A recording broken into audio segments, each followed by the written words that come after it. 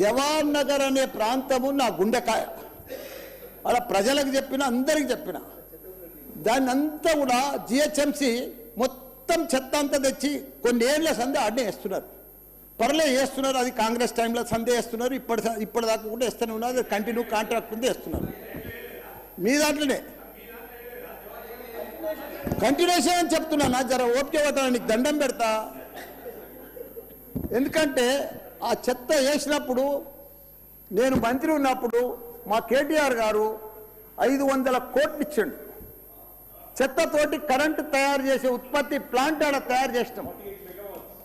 దాన్ని అది కాకుండా 144 కోట్లతోటి క్యాపింగ్ పెట్టిన, మొత్తం మట్టి పోసి గడ్డి పెట్టి అది గుట్ట లెక్క తయారు చేసినాం.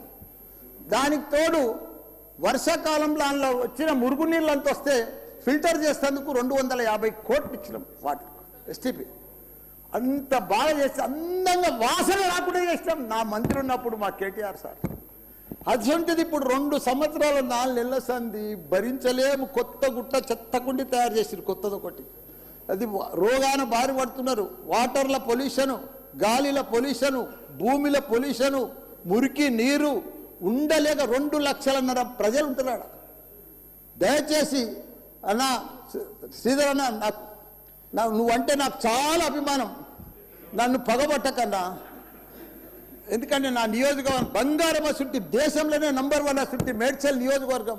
దాన్ని తుకుడలు అచలం కుతలం చేసేది. దాన్ని ఇప్పుడు దాన్ని 61 గ్రామాలు ఉంటే, 3 మున్సిపాలిటీ కార్పొరేషన్లు ఉండే, 7 మున్సిపాలిటీ ఉండే. దాన్ని తీసుకుపోయి మొత్తం జిహెచ్ఎంసీ చేసారు. ఇప్పుడు 16 వార్డులు చేసారు. దాన్ని ఒక మోరీలు లేవు, రోడ్లు లేవు, డ్రైనేజీలు లేవు, కరెంట్ స్తంభాలు లేవు, ఏమీ లేదు. ఇంకా మారుమూలు గ్రామాలే ఉన్నాయి, పెంకిటిల్లే ఉన్నాయి.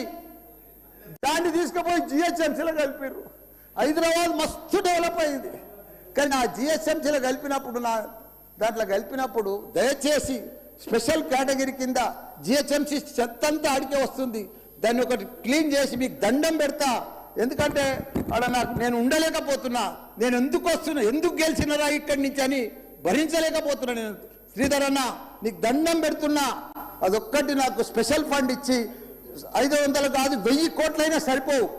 నువ్వు దీనికి బడ్జెట్లో ఇక్కడ జిహెచ్ఎంసీకి ఇచ్చిందంతా కూడా దానికి ఇవ్వాలి. ఎందుకంటే ఈ చెత్త అంతా అక్కడనే వస్తుంది.